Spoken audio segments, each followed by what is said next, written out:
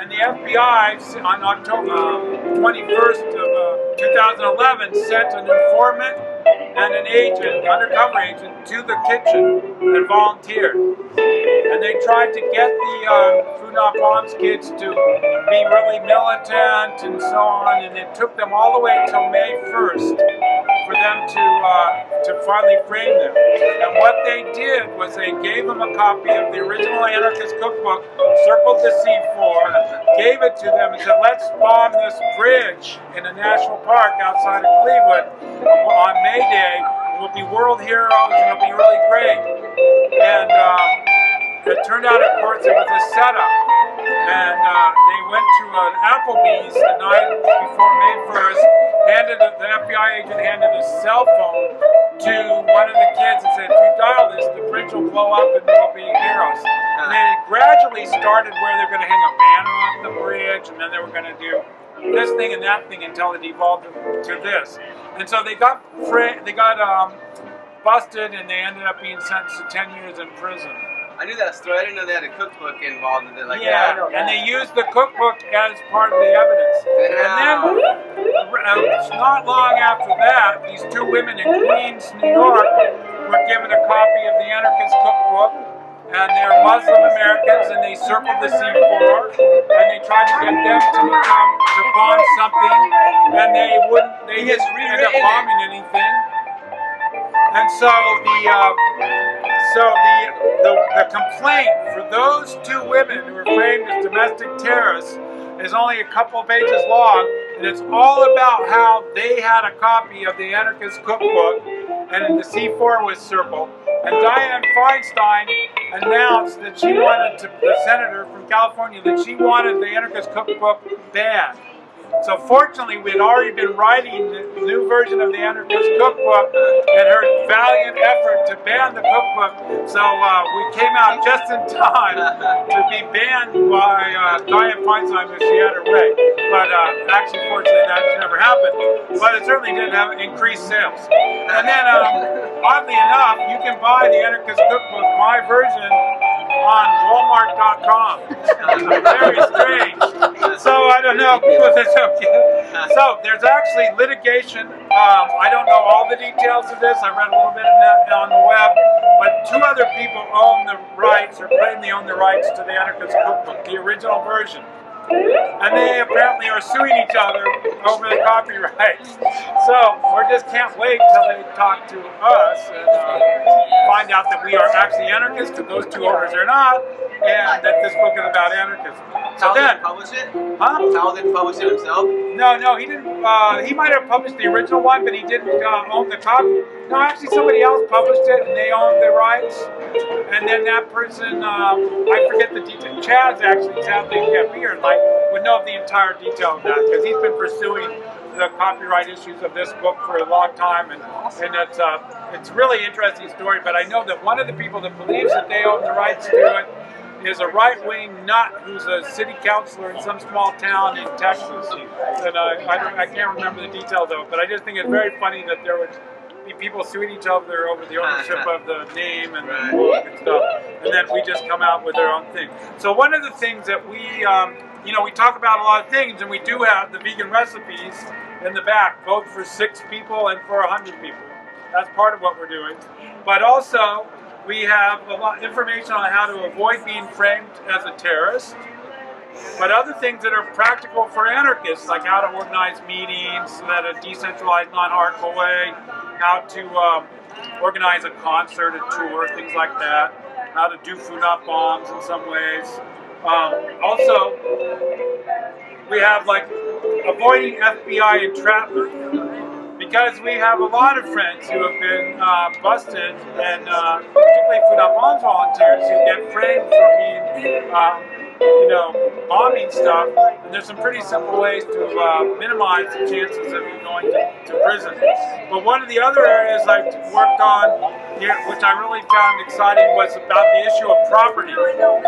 And so that's kind of early on from in the history of anarchism. In fact, it's ownership of property was one of probably the biggest debates in the community of people that coined the name anarchism and started adopting that. And so the history of that I found was fascinating. And partly right now, anarchists are in the news in a big way over creating a free state between Turkey and Syria and Iraq. And oddly enough, in the past few months, the United States has actually been funneling weapons to this anarchist community to try to defeat ISIS, because they're only people so far that actually have had any impact on defeating ISIS at all. And if you Google this, I forget they were the PKK, but now they got another. YPG, you will find that they have this amazing constitution, and it's basically young people. But the story of how they became anarchists, I think, is really interesting. So there's an anarchist acquaintance of mine named Murray Bookchin. And Murray Bookchin was this old crappy guy that taught at the School of Social Ecology in Plainfield, Vermont. And I would go up to the anarchist gatherings there. And but he wrote all these very interesting books on municipal anarchism.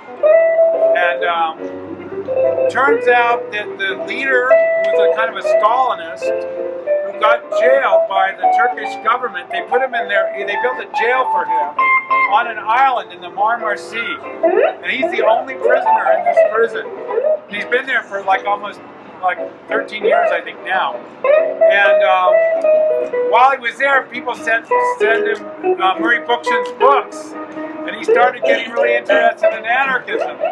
And so from prison, he started encouraging people, instead of being Stalinist, that they should start having this whole philosophy of having a decentralized, non-hierarchical way of organizing where everyone's rights are respected. And so part of the Kurdish community is actually kind of manipulated by the U.S. government during the war in Iraq, and has Cookbook in this area with oil, which the U.S. is really happy with. But this other part, with PKK, which was declared a terrorist group, which I've met a number of them, many of them actually over the years, and I actually a bunch of Kurdish activists who were not PKK attended a birthday party of mine on the Phosphorus once. It was very interesting. They'd all been tortured. It was quite a fascinating evening. But anyway, they now have started to create this free state, which is now one of the largest, probably the largest free state, definitely the largest free state now, but one of the largest experiments.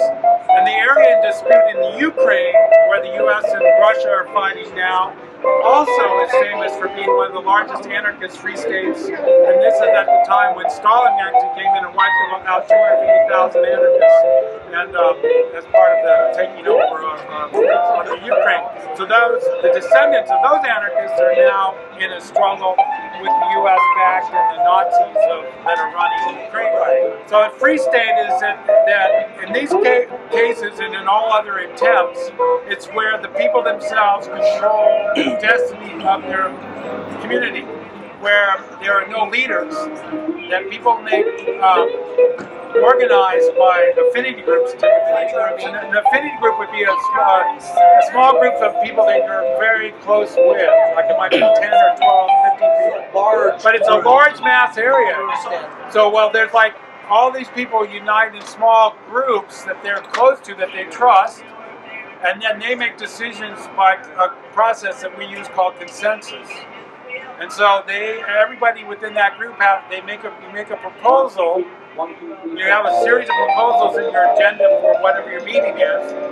And the goal is not to have more people like your idea than the other. It's for all of you to work together to come up with the idea that most expresses the true feelings and desires of everyone in that group.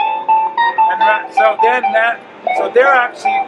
actually the root of their success in defeating ISIS. It's because they're very close knit and they can all trust each other. And when they decide to do something, they make a decision knowing that everybody is in support of that. Now it probably has its rough spots. I'm not there. It's a war.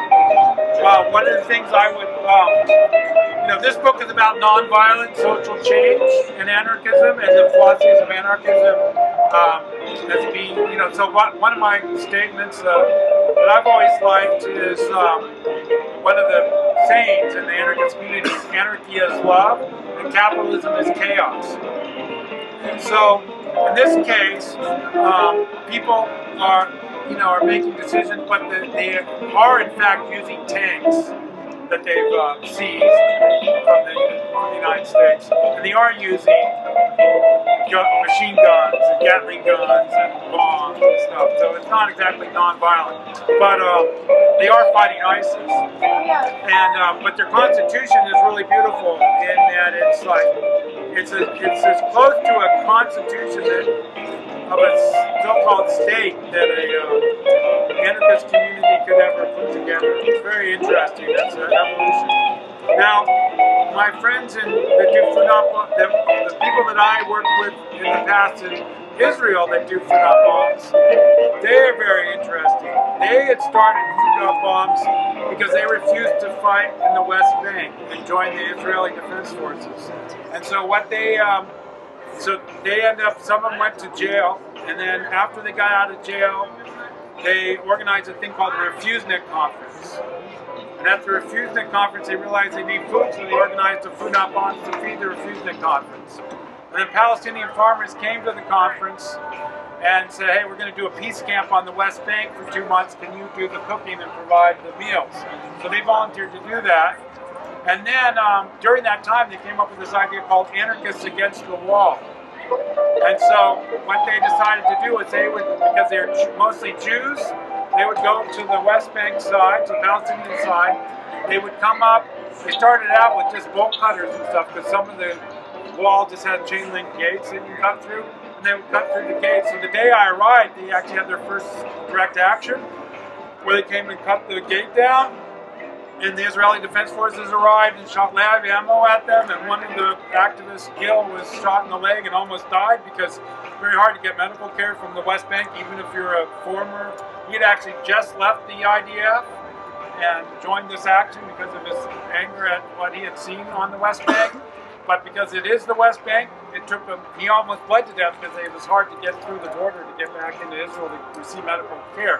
So now Anarchists Against the Wall, they've done other things, like they've actually got carjacks and jacked up those huge concrete things and fell them into Israel.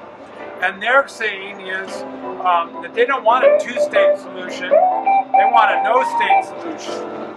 And so they don't want this division between them and the close friends and allies that are in the Palestinian side of the border. And then,